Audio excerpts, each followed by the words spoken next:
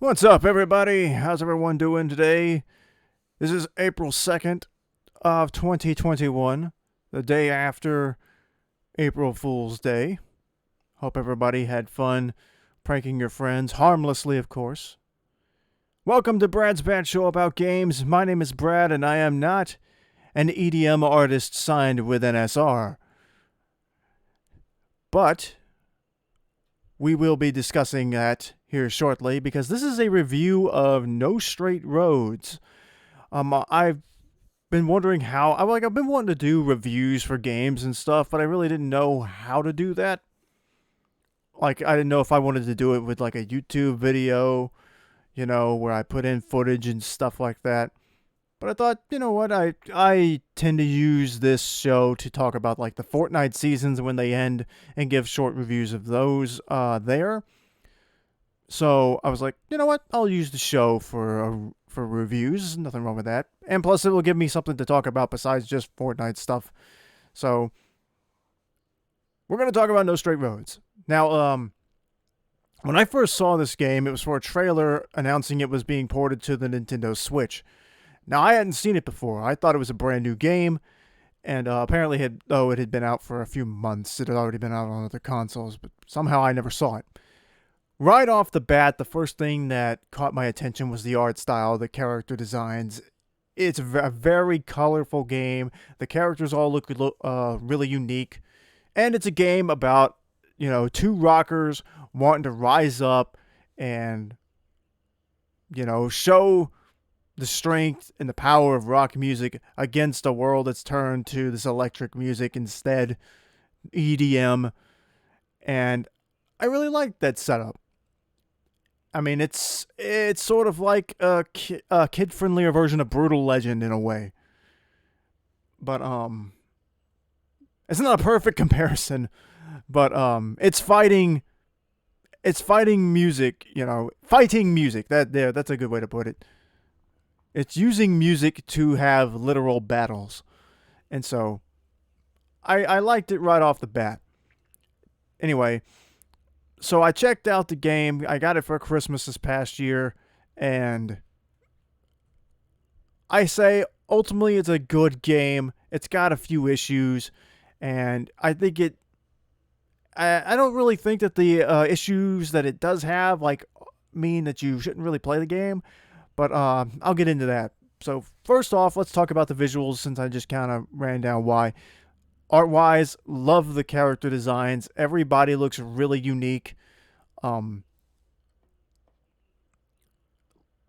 don't think there's a bad design in the game outside of the little background little characters that you can't interact with that are just there to fill space and make it look like a populated city. Like, I think you can even run through them. They're not even actually physically part of the level. Those are some of the worst looking characters on the game, but they're literally not meant to have attention drawn to them. Every single time there's a show or a game that's got these little unimportant background characters, they all have the same generic design. So that's not that's nothing unique. That they're there just to populate empty space. But anyway, I love all the characters, and just color-wise, and I guess just the overall visual presentation is great. I love it. Apparently, the creators were heavily inspired by Steven Universe for why the characters look the way they do. Steven Universe has a lot of different characters of a lot of different colors. It's a very bright and colorful show. So is this. And apparently also JoJo's Bizarre Adventure, which is another show I think that has a lot of colors involved. Very, very colorful show as well. As well as musical tie. That's a big one for this too. Steven Universe too. I guess I should say that too. So JoJo and Steven Universe both are shows that, very bright, colorful characters, also heavily tied to music. So it makes sense that both of those would get referenced in this game. But Visuals, great. Love the characters. They all look great. Um, Before I go any further, though, I do want to hit the negative, and that is the gameplay. The gameplay is really wonky. I'm sure I've said this before. I think I said at the end of my playthrough, where after I beat the game, which isn't on YouTube yet, it's coming. It's when you've got crappy internet. That's just it takes a while to get things uploaded. But I do think I already have the first part of my playthrough set. Yeah.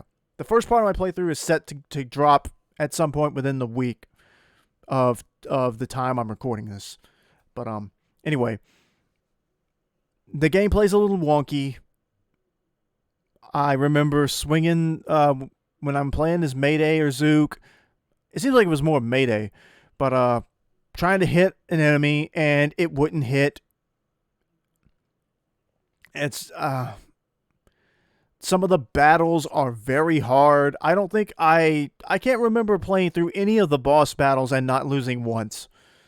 Like, the boss battles are very hard. Like, and I played on the normal setting. So, I wasn't even on the harder settings or anything like that. So, I don't know. Luckily, I ran an update. Like, when I first put the game in and started playing, and then there was an update, which I think has been there for, the whole time. I think it fixed a few things. Like, I've been watching clips of this game online, and the ending scene looks like it was kind of buggy, where all the character models are glitchy. And I didn't get that in my game, so I guess they fixed that in the Switch port. But anyway, one of the options that I'm assuming was part of that update is that if you die into like a boss battle, normally when I first started, if you died in the boss battle, you had to start over. Well, they give you an option, I'm guessing because they realized that the feedback was that the boss battles were too hard, is that if you die in the boss battle, you have to start all the way over. So, they give you the option to continue where you die, and just pick right back up again and start back at full health. But you're limited to how many fans you get. The highest level of ranking you can get in that battle is a C. So that limits how many fans you get after beating the boss, and since the point of the game is to rebuild the city and you need more fans to do that, I think that's a decent trade-off, and it also allows you to actually play through the game without worrying about getting stuck. Because a lot of people, like me, I'm not a completionist gamer. I don't play to complete everything. I want to play, like, some games I will, but it's very limited. Like I don't mind doing like completionist runs of like Mario 64, since the only things you really can collect are the stars. Like, there's no like other thing to collect in that game. So that I don't mind, but I generally am not a completionist. I do not care for that kind of gameplay, and it's fine if people are. I mean, it's for people who prefer those, harder challenges. But I like that they gave you the option to just keep fighting, because, quite honestly, without it, I would probably have never finished the game. I probably would have put it down. But it's just gameplay. The boss battles are just too hard. Especially saying like the DK West battles. I only finished the first one because that one's the only one that you're obligated to finish. You have to finish that one. The second one, I tried. I gave it like 3 or 4 tries, and the jump in difficulty from the first one to the second one is crazy. It's just, it's almost like you start, like, the first one is easy to medium, and then the second one is like hard to very hard. And I've watched people play the third one. There's 3 DK West battles. I don't even know if I could ever do the third one. But, like, I do want to at least at some point go back and try to beat DK West those next 2 times at some point in the future. I don't know when that'll happen. But It's definitely a very hard game. Like the battles are hard. Now with the continue feature in like now I don't think you get the continue feature in like the DK West battles, but in the regular boss battles in the story mode you do. But yeah, there's just they should have worked on the difficulty, but at least they gave you an option to, I guess, sort of get around that. But that's really all the negative I have for this game. Like I could critique the voice acting a little bit and say there were moments where it was a little awkward, but overall I didn't have a problem with the voiceovers. I think everybody sounds pretty good. So, and I'll get to the voice acting when I get towards the when I start talking about the end, because there's one scene in particular that I really liked. But anyway, audio, I probably shouldn't have to say this. The music in the game is wonderful. There's not a bad track in the game at all. Um, and of course, every boss character fits their theme or their musical motif or whatever. And it's like oh god, what's DJ Supersonic Supernova or Hypersonic Supernova, whichever one it was. The first boss is a DJ. He's got like a turntable and he's got the whole interplanetary theme going, and that's a really fun song. He's a really fun character. The second boss is Sayu, who is your Hatsune Miku inspired idol, like digital idol singer. And her gimmick is she's a mermaid. It's a pretty fun little gimmick. She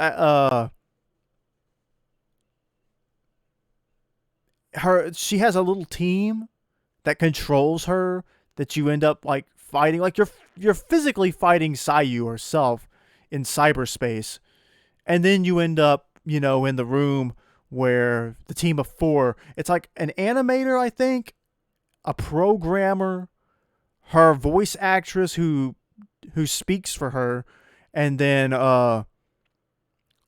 like a post editing video editor of some sort. It's some sort of team of four who work together to bring Sayu to life. And then the funny thing about that is that after well, I guess I should say, if you know the Hatsune Miku thing, it's like she's like a little digital pop idol, so that's her sort of musical deal. But the thing is after you beat Sayu, or during the battle, actually, Mayday, who says she's on this musical revolution to put rock back in charge, like is the top musical thing or whatever. She's so angry that rock was banned from NSR, but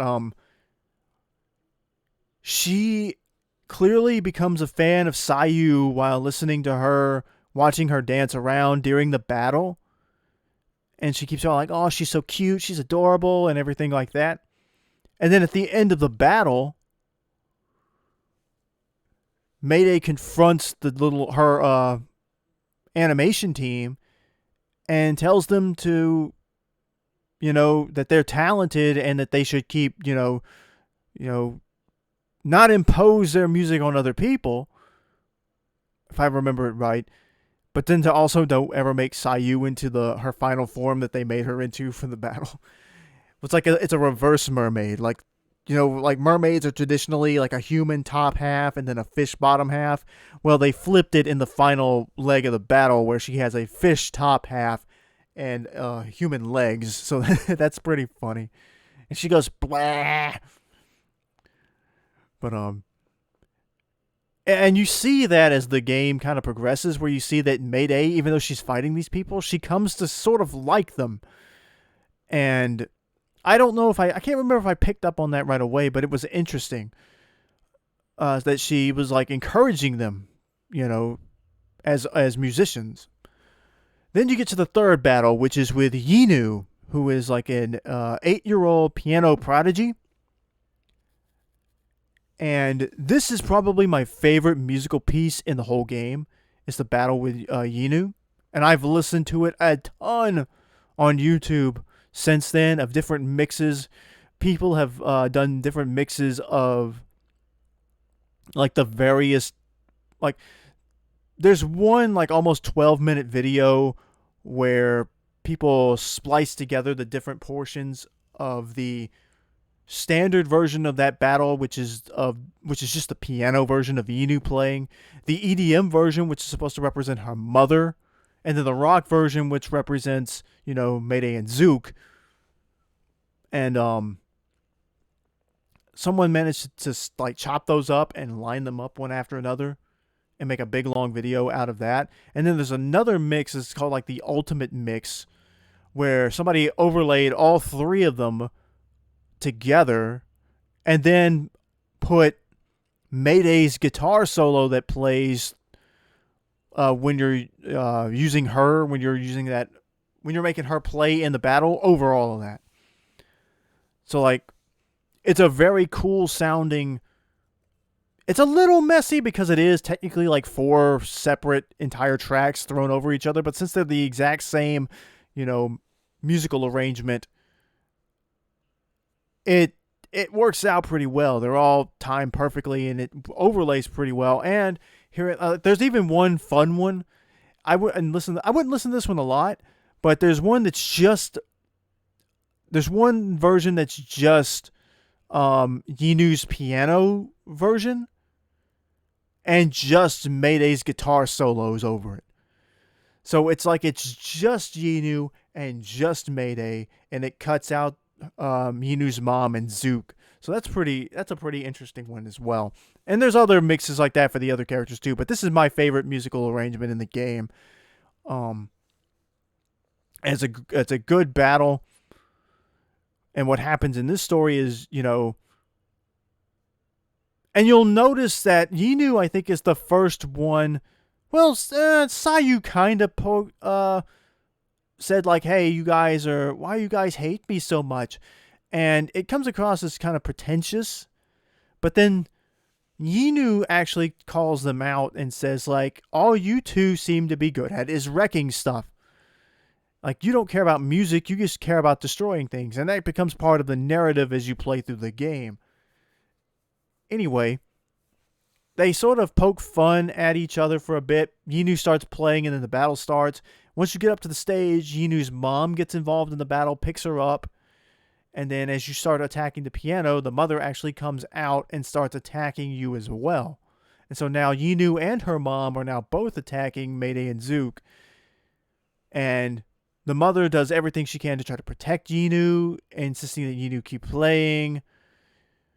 And then soon the battle becomes strictly about the mother. And so my first thought was, this is a mother who's pushing her child to do something she doesn't want to do. Trying to live vicariously through her child in some way. And that was the sense I first got. And I think there's a little bit of that in there, but that's not like the core story being told. But as the battle keeps going on, the mother transforms into this giant cage and basically becomes a giant piano. And as Mayday and Zook are about to finish the battle off, Yinu appears, tells everybody she hates everyone, and then starts going off on this crazy piano solo. And then the end of the fight is when Mayday and Zook, I guess they hit. It's shown in just an image at the end where they attack Yinu's piano directly. And then you see a cutscene where Yinu's falling, but her mother saves her. And then once you see that Yinu's okay, you see the piano fall to the ground and get destroyed. And of course, she's really sad. Mayday and Zook start arguing with the mother. The mother basically lunges at them to attack them, but then the mother hears Yinu playing on her broken piano, where she's just so sad now. Like, the only thing she wanted to do was play the piano. She didn't want to be like this big music artist, it seems. And I'm guessing that maybe some of that in there. Supposedly there's some backstory to this, that involving Yinu's father who died or something like that, is why and it's supposed to be why she loves piano so much, but the mother kind of got obsessed with her career. And then as the scene ends, the mother shrinks back down from this monstrous form that she has down to like a normal sized person and starts playing on the broken piano with Yinu. And Mayday and Zook just sort of quietly walk away. It's kind of like they're a little bit conflicted and they feel a little bad for doing that. And I kind of like that such. Like, I don't know if I don't think I got it completely when I saw that, but I really did like the moment. But, anyway, you move on from there. I think then there's the DK West battle. It may have been before that one, but I think it's after. So we're introduced to DK West, who is Zook's brother, and he challenges Zook to a rap battle where we find out that DK West believes that Zook has basically stolen his whole persona from him. It's like, you stole all my friends when we were in school and in college. Said, even my girlfriend abandoned me for you. And if it wasn't for me, you wouldn't be anything. But Zook hits him back with like no, you're a loser. Nobody actually liked you because you were a jerk. You were self-absorbed. And you weren't even all that good at what you thought you were doing or something like that. Anyway, it's a real sort of, you get the sense there's a blood feud between these two. If you win, West kind of just disappears. He's like, I was taking it easy on you, and he disappears.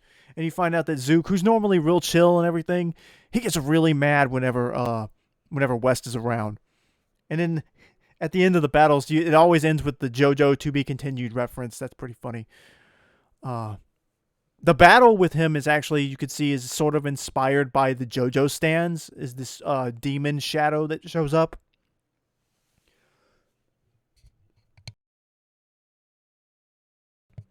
And again, the battle itself, the first battle is not that hard. The second one's just terrible. I've never made it to the third one. But the story as it goes, since I did go on and watch it with DK West, is in the second battle, it's more the same of, West sort of making fun of Zook, but Zook eventually at the end says he's had enough and he disowns him, and he said he doesn't consider West his brother anymore. And at the end of this fight, though, you see West is bothered by that. It really gets to him. He's like, oh, I'm not your brother anymore? And he's like, oh, okay. Well, I'm going to go over here and just go do stuff. And Mayday sort of is like, wow, like that's the most emo thing I've ever heard. And he was like, but he's always starting trouble with me. And he's trying to convince Mayday that, like, no, he deserves me treating him like crap because he treats me like crap. He said everything like this, this is his fault, not mine. And he's basically saying like, hey, if you're going to treat me like crap, then I'm not your brother anymore. But Mayday turns it on him and he's like, if you keep pushing him away like that, then the reason he's got bad blood for you is going to be your fault.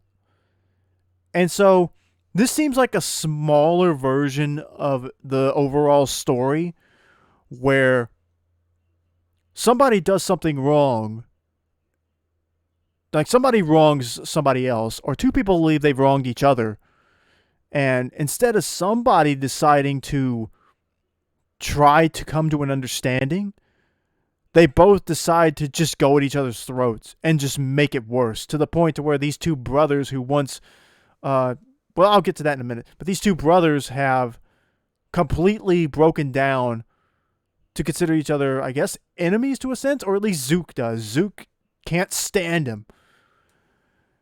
But I thought it was interesting that Mayday actually did say, like, hey, if you turn up the aggressiveness towards your brother, then you are going to be the one to blame for your relationship. Because she could clearly tell that that West was hurt by what he said. So now it turns to question, who is in the wrong now? Who is the bully? Who is the one who isn't considering others' feelings? So that's interesting, and we'll get to the why in a little bit. But then the third battle. The third battle shows West has fixed an old tape recorder that he and Zook used to record stuff on. And apparently on this old recorder, there's a tape from when they were kids, or when Zook was a kid at least. Um, Whereas Zook sings this little goofy little kid song where he goes, "I'm a little sonky, hee haw, hee haw." And of course, Zook is furious that he keeps playing this, and he's sort of making fun of him. And, I feel like this is West sort of trying to be like, hey, remember when we used to goof around, brother? But Zook is so mad at him for it. And he's just like, no, I'm tired of it. I've had enough of this. Like, I don't care. But Mayday decides to step up and do the rap battle this time in place of Zook. And so this time the story is where West is starting to say, like, what happened to us when we were kids, when we were close. And Mayday keeps pushing back. He's like, hey, why don't you sort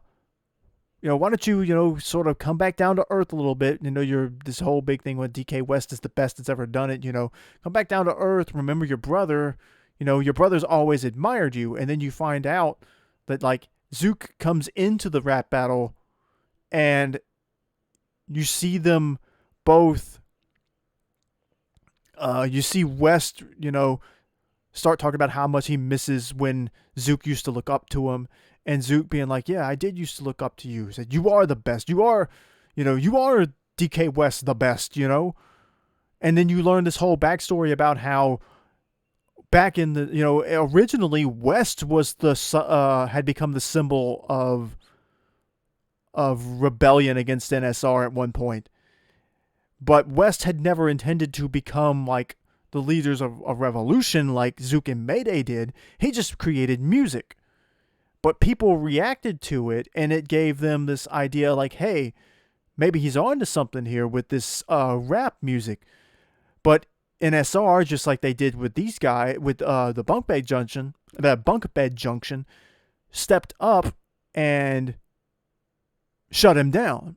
They didn't want his rap in the influencing the audience. So they've been through the same thing by the people in power. And so by the end of the thing, like, May's trying to encourage Zook and West to get back, to make amends and to forgive each other and to try to come to an understanding that, like, hey, you're an inspirational guy, West. People look up to you, including your brother. And, you should take that into account. People actually do people do like you. And, Zook didn't steal your life. I think that's sort of what they're trying to say, because, like, West blames Zook for all the bad things that happened to him, but I don't think it was really his fault. Like, I think maybe he just didn't know where to place the blame, or felt like, because, like, you find out that one of the characters later in the game is an old girlfriend of West's, or at least West had a crush on her, but she ended up in a relationship, or at least a musical partnership, with Zook. And so I can see why West would sort of feel like Zook was trying to steal his life, because West was at one point, West was the big deal. He was the big deal. And then here comes Zook taking this girl that he liked, and Zook's getting the attention now. And I guess West kind of felt like he had gotten attacked and forgotten. So you understand it. He's not right, but you can understand why he feels that way. And the same goes for Zook. And so at the end of the battle, Zook and West make up. And he's sorry. They agree to put it all behind them and to start over. And, Zook's like, hey, remember, next time I call you, please answer. And he's like, hey, don't worry, I will. I've got this tape recorder to remind me. And he plays the little zonky song again. And so it's nice to see the brothers, reconcile and you know accept each other again. And Zook even offers, since West had experience with NSR in the past of them wanting to, stop his music too, of he joining them, but he's like, no, I need to go clear my head. And you can understand that too. He's like, I've carried, this aggressiveness and this, you know, I've been wrong. But I need to go clear my head and figure things out. And so that's fun. It was a nice little side story, and it sort of sums up the overarching theme, I think. Excuse me. But anyway, you go from there, from the West battle. And I kind of talked a long time about the West battle. But from there, you fight 1010, which is a robotic boy band. And that's so funny and clever in that, like, the actual mastermind behind it is, I think his name is Neon J. He controls 1010. And if you destroy one of them, he shows up with a satellite that just reproduces, like, it just automatically creates a new version of whatever robot you destroyed. And it's sort of like, yeah, a lot of these boy bands are just reincarnations of one another, and they all kind of sing about the same thing and everything, so they're kind of replaceable. So it's a funny little gag. But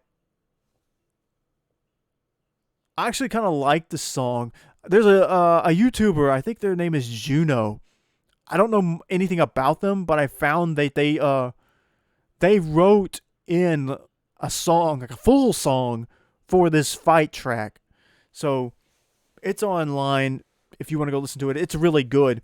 It even incorporates some of the spoken lines from like the boss battle into the song they wrote. So it's a really good song. But again, like, I bring this up in, like, within the context of the story. When Mayday and Zook confront the 1010 robots, they start saying like, "Oh, our true love is here. We salute you." And so all the robots salute. Like, their gimmick is that they're part of a military, and so they have a military gimmick, and they're part of a navy, and they're dressed in like sailor suits. So it's a really cool little thing, and it fits the battle motif too, because their limousine is also a battleship. Anyway, they like attention and to salute Mayday. It's just this weird, boy band sort of gimmicky thing, and she salutes accidentally too. He's like, "What are we saluting?" And then the robots, each one by one, which I think are all voiced by the same person, they're like, "Oh, we're saluting your beautiful, how beautiful you are, your radiant smile, your gorgeous eyes, blah, blah, blah, blah, blah, blah." And Zook pops in. He's like, "You guys, you think Mayday's going to fall for that cheesy crap?" And then suddenly she shows up, and this little face where she looks like she's completely smitten. She's just like, "Oh, Zook, you're just jelly that all these hot robot guys think I'm so beautiful." And again, it goes with this idea, that she doesn't hate them. She goes to fight them, but she ends up liking them. And I think that's important in the story too, because once you get to the final part of this battle, when you use their final smash, their final finishing move, the Bunka, Junka, Shakalaka, Bam attack. I don't know if it has a different move. Usually, she's really excited to use it, but when she uses it against 1010, she's really sad. And then once they actually fire the blast at the robots and Neon J, you hear her go, "I'm sorry." And then again, this battle's not so bad, but again, this was the first battle in the game that I got that restart option. Thank goodness. But anyway, Neon J tells this whole story about how, he had come back. He had been in war before. He had come back and wanted to make a difference in Vinyl City. And he had dreamed of a day where kids could roam the streets in Vinyl City, with it fully powered again and be happy instead of worrying about like the blackouts or whatever. He didn't specifically mention the blackouts because I think they're trying to keep it a little obscure at this point, but they're starting to give you hints that these artists aren't evil. They're not bad.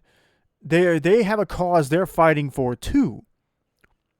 And the Juno song online actually is more explicit about why Neon J has signed with NSR.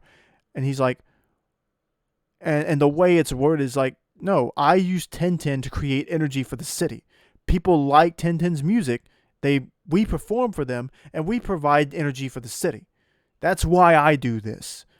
And so it's an interesting take, and I really do like the music of the game is great. The robot boy band thing is fun. Then the last artist that you have to face in terms of the climb to get to the end of the game is Eve. And she is the super artist. She is uh the only real world, I guess you could say she's like the Lady Gaga-esque person, although she's more in line of like the super artistic type. Think like, I guess you would say maybe like Prince, where like there's a lot of musicians, there's a lot of bands, but then there's some groups and people who you would view as like an artist. Like their music is, I don't know. It's hard to describe, but there's something more to their music than just the music. You know, I'm trying to, I can't really think of a good word for it. But anyway, she goes back to she's the girl who West and Zook were fighting over. Nadia, that was her real name. Eve is her artistic name, her stage name, her brand name. Anyway, she wants Zook to join up with her. She doesn't really. She sees Mayday as she refers to as a pedestrian. So I'm thinking like a commoner. She's a peasant, sort of, if you want to look at it that way. She doesn't get art. She's not artistic like I am. Why did you leave me for her? You know, why won't you join up with me and make music with me? We are more on the same wavelength. And the battle's kind of crazy because it splits up Zook and May. Instead of just swapping between them, now there's two different levels, and the two were separate. And you have to work to get them back together, and Eve jumps between them. But once you defeat her, Zook goes on this really emotional speech telling you, like, hey, I get it. Like, you're scared that you won't find anybody else who understands you. And I guess that's what she's looking for. She's like,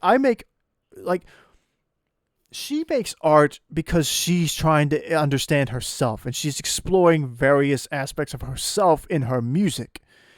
And it looks like the reason she does that is because she's trying to find people out there who understand what she thinks and what she feels and the way she sees the world. But she can't find that. But she thought she found that in Zook, and maybe she did. But he tries to tell her, like, look, you don't need anybody else out there.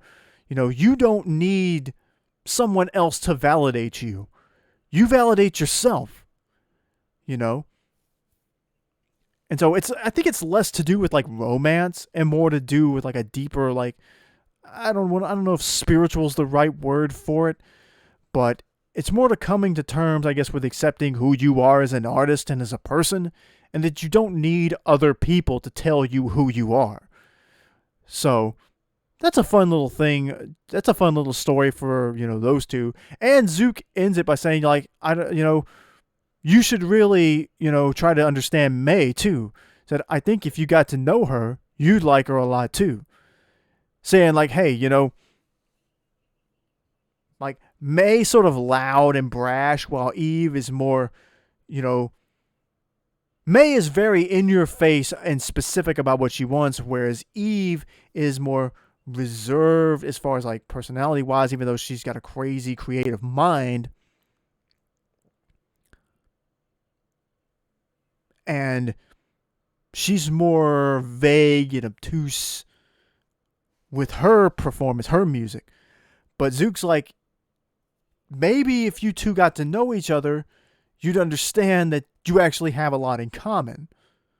And see, that's something that I like, and that's one of the things that that's a recurring theme in like the stories that I've written over the last few years or so, is I like pitting characters that on the outside are completely different, but they share like one or two fundamental, traits that make them very similar. Like they're very different to look at, but deep down they're very similar. And so I love that sort of connection between characters. And so again, we end off again where Zook and Mei end their battle against these people that they thought were oppressing them on good terms. Then we get to the final battle with the big boss herself, Tatiana, where she's assuring the people of Vinyl City that everything's going to be put down, that this revolution is going to be stopped. And when you get to Tatiana's office, you see her press Zook and Mayday on what their plans actually are. And you find out that Mei does not have any real plan. She wants to stop Tatiana, but that's it. She's like, okay, say you stop me, say you beat me. How are you going to run the city? And May's like, I'm sure we'll figure something out. And she was like, you don't even have a plan. Said you just rushed into this revolution head first with no idea of what you're going to do if you actually obtain all this. If you become the people in charge, you have no idea how you're going to take care of everything. And so then you fight her. And as you fight her, you start learning bits. And one of the things is she controls time. So time resets after a while. And eventually she starts fighting you. And as you clear through the battle, you start seeing bits of her stage that you're fighting her on collapse. And you start getting... a new stage starts forming in the background. And what you'll notice is it's a rock and roll stage. And the further you get into the battle, you see, oh wait, it's the stage from a Ghouling's performance, which is the band that was headed by Cool Fyra, who is Mayday's favorite guitarist. So then in the final round, and by the way, as you're fighting her, in the final leg of the fight, Tatiana becomes engulfed in flames, which is what Cool Fyra was known for. She was the hottest guitarist ever. At least in terms of what Mayday thought, she was the greatest rock star ever, and her whole name, Cool Fyra, she was basically a living inferno. And so I suspected it right off the bat because right after the game starts and you start talking about your plan to remove Tatiana from power, they take the time to immediately introduce who Cool Fyra once was. And I'm like, okay, that's what's going to be the twist.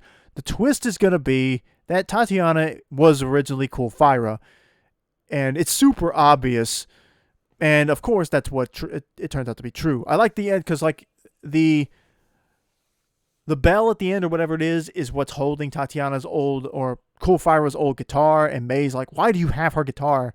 And she's kind of like, why do you think I have Cool Fyra's guitar? It's because I'm Cool Fyra. And then they get into this whole explaining thing. She's like, well, why did the Ghoulings disband? What happened? And Tatiana explains, she's like, I used to welcome everyone's opinion. I used to think that letting everyone voice their opinion was the best thing. She said, but the problem with that is that everybody has a different idea and nobody could agree on anything. So we just all agreed to go our separate ways. And so as long as everybody has, as long as everybody is able to think for themselves and have the same ideas, or not have the same ideas, but have different ideas, and everybody wants to do their own thing, nobody's going to ever agree on what's best for the people. So she's like, I'm just going to assume full control. Because when there's control, there's order. And when there's order, everything runs smoothly. But Mayday's like, no, that flies in the face of what you stood for. You used to stand for, rebellion and doing what you feel is right, no matter what. And so after they fight for a bit, and you have them butting heads over which one of them is right, you find out from Zook that Mayday and Tatiana's EDM, they all produce the exact same amount of energy. So if Mayday and Zook took over with rock, they would not have improved the power situation in Vinyl City. So the rolling blackouts and all that the people were frustrated with, and that the specific reason why Mayday and Zook decided to rise up and challenge NSR in the first place would just have continued under them. So it wouldn't have fixed the problem, or the big problem. Then you have Cliff show up, who was the first character to align himself with Bedbunk Junction and their effort to overthrow Tatiana. And he's sort of gloating a bit and saying, like, we're fixing to show, like, oh, you're fixing to see, Tatiana. You're fixing to see just how wrong you are about all this stuff. And remember, he was their biggest fan. He used to go to Cool Fyra and the Ghoulings all the time. He was their number one fan. And he starts going off, though, on this tangent about how, like, the band and Cool Fyra had abandoned him. It's like, all that music, I supported you when the band broke up, and I supported your music for years and even afterwards. It's like, you betrayed me by turning your back on rock. And Tatiana's like, I don't owe you anything. What are you talking about? Which I think gets into the idea. Which let me finish this and say, okay, when she says I don't owe you anything, he's like, oh. And then he sets, which he's a tech wizard. He sets NSR's satellite to crash into the NSR tower.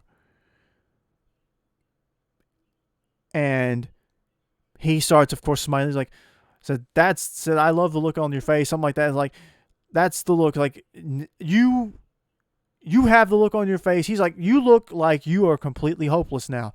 I can't stop this satellite, and it's going to crash into your beautiful little tower here that you love so much. He said, now you know how I felt when you broke up the band. And so he's like, come on. And so Cliff is like, come on, let's go. I think his name is Cliff. I'm starting to doubt myself now. He's like, okay, come on, let's go, Zook. Let's go, Mayday. Like, we've defeated her. It's over. Rock is, he's like, we won. But Mayday's like, no, this isn't right. He's like, we never set out, like, we wanted to bring Rock back to the city. We never set out to destroy this tower or anything like that. And Cliff's like, no, wait, like, no, like, this is what we fought for. Now you guys run the city. You guys control everything. And that's when Mayday really puts everything together that the story's been sort of building up to it to this point, is that what they were doing through the story of trying to put down EDM was the exact same thing that Tatiana did with EDM to rock and to DK West and all the other music. It's like, no. She's like, wait, we're doing the same thing they did. That just makes us the new NSR.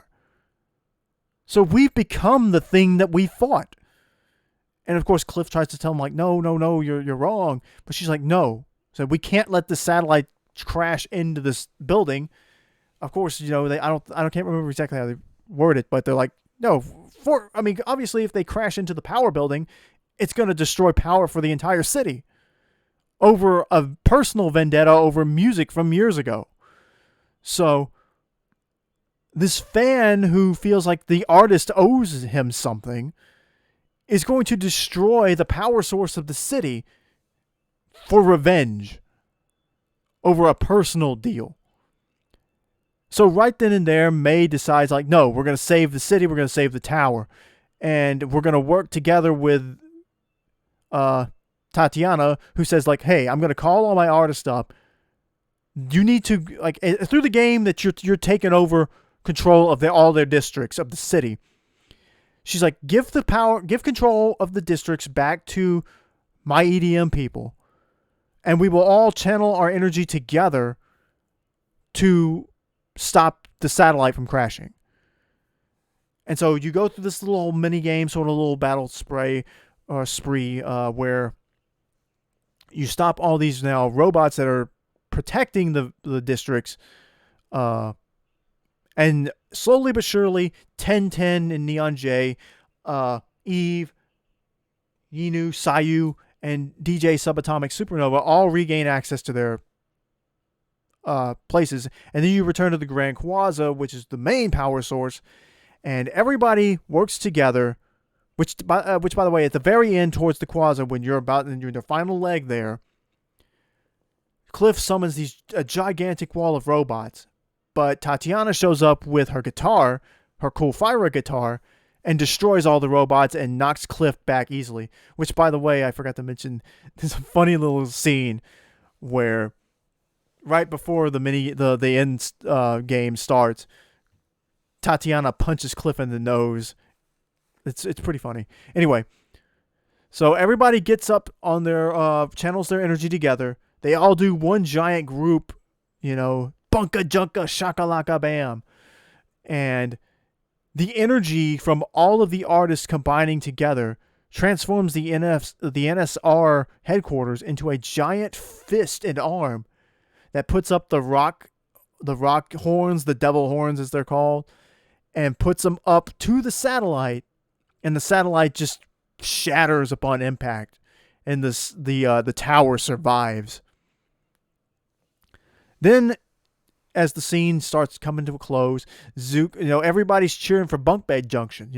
All these people are cheering for them again, but Zook turns around and sees May is super sad, and it's because her guitar was broken. And Zook's like, oh no, your guitar's busted. Like, that's terrible. But May's entire personality has changed now, and she's like, she says something to the effect of, like, it's probably for the best, because, or I probably deserve this for everything I've done. All the we attacked these other musicians the same way that we were being attacked. So this is probably for the best, something like that. Anyway, she comes down, and this reporter tries to talk to her, but she tries to walk away. Tatiana stops her and encourages her to speak to her fans. She's like, these people are cheering for you. Do the press conference. It's not that hard. Like, if these people are your fans, you should address them. They love you. They respect you. You should respect them back. And so she sort of just steps up, and May just says, like, look, I'm sorry I was wrong. I don't like EDM, but that's okay. I don't have to like it. So she's like, it may not be my cup of tea, but that's okay. And so that's all she really says, and the fandom is kind of sort of like let down. They're like underwhelmed by that, because they're expecting this this loud rebel to show up and just basically say, hey, we came and kicked butt and took names. Here we are. How do you like us now? But that's not what they got. And through this whole scene, you could tell, like, from the voice performance, that May is very bothered by what has all happened. But anyway, Tatiana steps up and continues the press conference, saying, like, so while Mayday has admitted that she was wrong to try to stop EDM, but Tatiana also steps up and says, I was wrong for banning rock. That was my fault. That I will take full responsibility for that. And I see now that just because I believe something might be the right way to handle something doesn't mean it's necessarily the only right way. And it may be that I may be wrong. And so she says, going forward now, we're going to work to produce energy for people. We're going to allow anyone to play any music they want.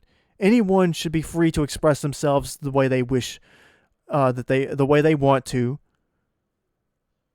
And we will make a better city which allows for everyone to play a part, instead of just asserting one person or a group of people who knows more than everyone else. And to honor this, Tatiana offers Zook and May a place in the brand new NSR alongside, the EDM, artists and all the bosses from the game. Everyone's like, yeah, we were wrong, or at least Tatiana was like, yeah, the way I did business was bad. You showed me that I wasn't fully in the right. Like both of them are admitting that they weren't both necessarily completely wrong, but they weren't completely right either. So Tatiana understands that, like, you can't power the world with just one brand of music. But like, they both realize that now. It's basically both of them in a different way realizing the same thing. Mayday can't force rock on everyone and destroy EDM the same way that Tatiana can't destroy rock to push EDM. So now the part that gets me the most, and I think is a very good scene, especially for May's character, is where, of course, like I just said, they offer her a spot in the new NSR, but she turns it down and says, like, I can't accept that. She's like, after everything's happened, I don't think that I'm ready to take such a responsibility. Basically saying, like, I was not smart enough to see that I was doing the same thing I was criticizing. So, but she does thank them for it, and she's like, I really appreciate that you would do something like that for me. She said, despite everything I did to you guys, you're all being really, really nice to me. And then she starts to break down in tears. You see her turn away from them, and the voice actress, she's like, I don't want to, I'm trying to figure out the best way. Should I just say, she's like, you're all really nice, but I just can't do it right now. And the way her actress says you all are really nice, she's like saying it through tears. Like, she's so hurt by what she did to them that it's making her sad, because she realizes that all these people that she thought, were these close-minded idiots and just, oppressive authoritarians who were trying to force their music on people, were no different than her. Like, they were literally fighting basically they were all fighting for similar reasons. They all wanted to express themselves in the way that they thought was appropriate, and they thought they were helping the city by producing energy for them through EDM or whatever. And you can just hear it and see it in her that she is very disturbed by her own actions. It bothers her. And so she's like, I just can't do it. I'm sorry. So she goes to walk away from the group, and Tatiana stops her, and she's like, hey. And then May turns around, and you see that Tatiana has thrown May her old guitar. And she's like, hold on to that for me. And of course she's like, no, I can't accept this. I don't deserve it. She's like, no. She's like, no. She's like, look, I don't hate rock anymore. I love it again, but my performing days are over. Like, basically, like, I'm yesterday's news, you're the future. Take that guitar and go perform for people. It's like, we'll be the people who produce the energy for the city, but you're a performer, and you should be out there playing shows for people, because that's who you are. That's what you do. You're a performer. And she's like, no. She's like, and then the funny thing is that she ends it with a long live rock and roll. And then several of the characters, they do like the rock horns, including little Yinu, which is funny. It's always funny to see like a little kid throw up the rock horns, the devil horns, because, rock is of the devil, the devil's music, which is bull crap. But anyway, once she finally accepts that, her old idol that she loved and for a moment thought had betrayed everything that was dear to her has now passed on her her piece of rock history to her is like, no, take my guitar and use it to perform because you deserve it. She breaks down. It just starts bawling. She's like, thank you. And she says like, thank you like 3 or 4 times. And Zook's just suddenly going like, are you okay? Mayday, you okay? And it like the screen fades to black, and it just goes really long. It's really really funny. The humor in this game is really funny, by the way. And then it ends with this nice little epilogue where Tatiana's reflecting on the general idea that the world works better when everyone, including people with opposing viewpoints, work together to find the best solution. Like, there could be different sides to an issue, and everyone's got their own solution that they think is best. But everyone could be wrong, and the better solution should be for everyone to work together to find the right answer. Instead of fighting each other, work together. Because maybe, just maybe, the people you're fighting have more in common with you than they don't.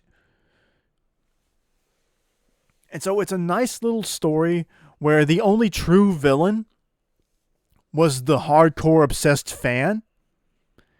And I kind of thought it was weird to begin with when, I thought it was very weird to start where the Cliff guy says, he's like, oh, I kind of already know everything.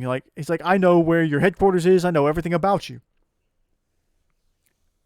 Like, the first mentioning of him is Mayday gets a text message from him saying like, oh, we have our first fan. Yay. I'm going to respond to him and tell him, he's like, no, she's like, he wants to meet us and work out a plan to take Tatiana down. And it was like, okay. And so she text messages him back, and she's all happy. And Zook's like, wait a minute. How did you get your number? And Mayday's like, I don't know. So that was sort of suspicious right off the bat that this guy already has Mayday's number. She's never given it to him. That's our personal cell phone number. He's got it. Like, he somehow managed to get it without asking her. So this is definitely a super obsessed fan who wants his musicians to, I guess he wants to live through his musicians in some sort of way. I don't know. Basically, the moral of the story seems to be largely people, like, the world is a better place when you work together. That all music is music, and that and everyone should be free to make the music that they feel best represents them, and to explore who they are through their music. But then also the side story there that, hardcore fans can be a bad thing. When they expect the artists they admire, that when they believe that the artists owe them something. So no, like, an artist creates because they want to. An artist doesn't have to do anything for you. And you're not obligated to have to like or follow an artist, basically. So I think those are some fun messages. Anyway, I've talked longer than I thought I would. I'm going over an hour. I can't believe it. But I got really into this game. Overall, I'm going to say this. I really do like the game. I think the game's visuals, the game's music, and the game's story are well worth playing the game. I can't remember how much the game typically goes for. If you can get it when it's on sale for if you see it for like 20, maybe $25, definitely give it a shot. Anything over 30, maybe don't pick it up. Maybe 30 is a decent price. I would say wait till it drops in price a little bit though. But I honestly couldn't tell you what the normal price for the game is. But anyway, if you like good music, if you like a fun little story where there's not really a real antagonist, or there's not a villain, there's not a bad guy. The closest thing to a bad guy is Cliff. And I mean, he really is the true bad guy. He's the twist villain. but they do a good job of planting the seeds. Like, I thought I knew how the game was going to end, but it took a different turn. Like, I called Tatiana being cool Fyra from the beginning. I just knew that was going to happen. But I don't think I was expecting the entire antagonist group, all the EDM artists, to become our allies at the end, and everybody to end on good terms except for Cliff. And who knows, he may have, you could always say in the future, maybe he learned his lesson too. If to, they could potentially do another game where they see Cliff realizes that he was wrong at destroying EDM to get back at Tatiana over, a personal vendetta. Wouldn't have saved the city. But then you could explore, like, okay, was his main goal just to get back at Tatiana, or was it to save the city? That was the big deal there. That was the difference. May and Zook were fighting to help the city. Cliff was fighting to get back at Tatiana. That was his main concern. He wasn't worried about what destroying the NSR tower would do to the city. He just wanted to get revenge. But that was the difference between them and the band. Is they're like, no. This doesn't destroying the NSR tower will not solve the problem we sought out to fix in the first place. So, on top of the fact, like, that was their two big issues. Their two big issues were to make rock popular again by destroying all the other music, or at least putting it to shame, and then two, solve the energy problem. So that was a nice little story. I really liked it, and hopefully you enjoyed this review, because I know I kind of sputtered around a little bit. But yeah, great little story. I still wish the gameplay was a little bit better. Why can I not talk today?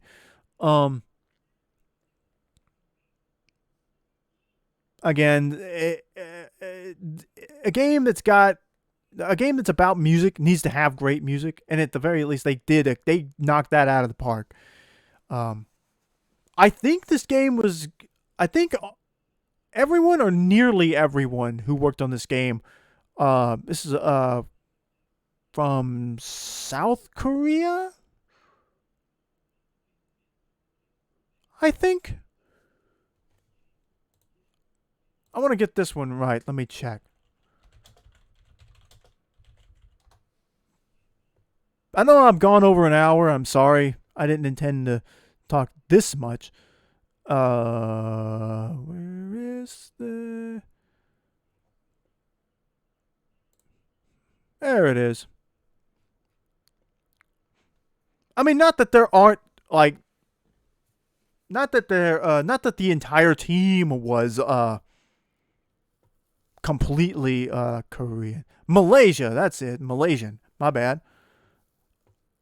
I don't know why I thought it was Korean.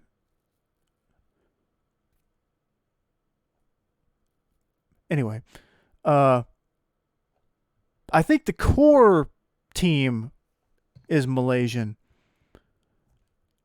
and a lot of the characters and a lot of the stuff in the game is, you see stuff like, they wanted to, I'm reading it here, it said, they definitely wanted their game to be viewed that way, that they wanted it to be recognized as a game that came from Malaysia. So that's a really cool thing to do. Because there's like, I know there's like a Japanese version of like Sayu's tracks, and she's inspired by of course, like Hatsune Miku and the Vocaloids and all that. But there's also, like, I think there's 4 different dubs. One of them is Japanese dub. It's a full Japanese voice cast. So, cool.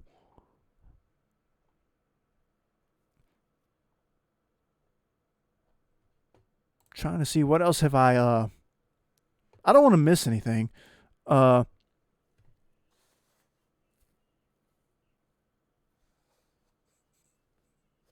I'm maybe I think I got everything. Anyway, this is a fun game. I hope I hope you'll give it a shot. If you can find it for a decent price. I wonder if we'll maybe see a second one. I mean, the official channels that have like the music tracks from the soundtrack uploaded, they've got a good bit of views. I don't think any of them have like 1,000,000 views or anything like that, but I think the music in the game is at least pretty popular. But I do think if they tweaked the gameplay a little bit, like I think it's like this is sort of like the opposite of Kingdom Hearts for me, where like Kingdom Hearts, or at least Kingdom Hearts 2 did, the battle system in that was pretty fun because it's hack and slashy sort of stuff. It's not a complicated battle system. But like Kingdom Hearts is just like the gameplay is sort of fun to me, and the crossover elements and everything, and the visuals are good too. But like the story in Kingdom Hearts is so convoluted that it's just hard to follow, and you just sort of just go, "This is somebody's fan fiction that somebody turned into a game." That's it. Whereas this actually has a No Straight Road actually has a good story, and I think that the story alone is reason enough to play it, because I felt good about the game's story after it finished, and it was fun to play through, and ultimately that's all I really need in a game.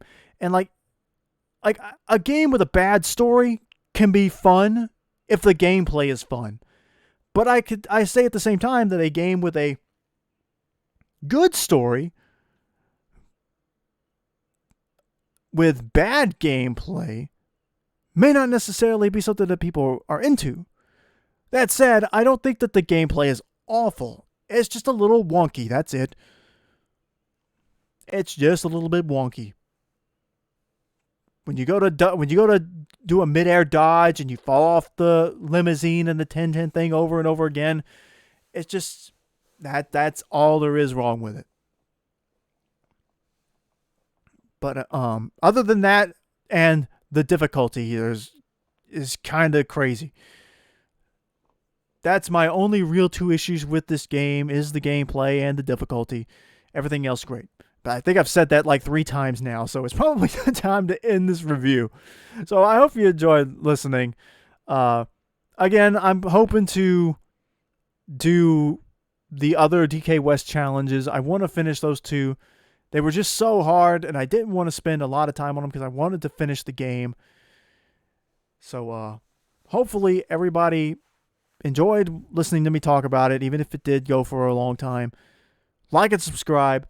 Once I get this playthrough out, I hope you'll check it out. So if you don't know what's happening in the game, I suggest you don't listen. Maybe you shouldn't have listened to this first. But anyway, thanks for watching. Hope you enjoyed. Like and subscribe, and we'll see you next time. Later.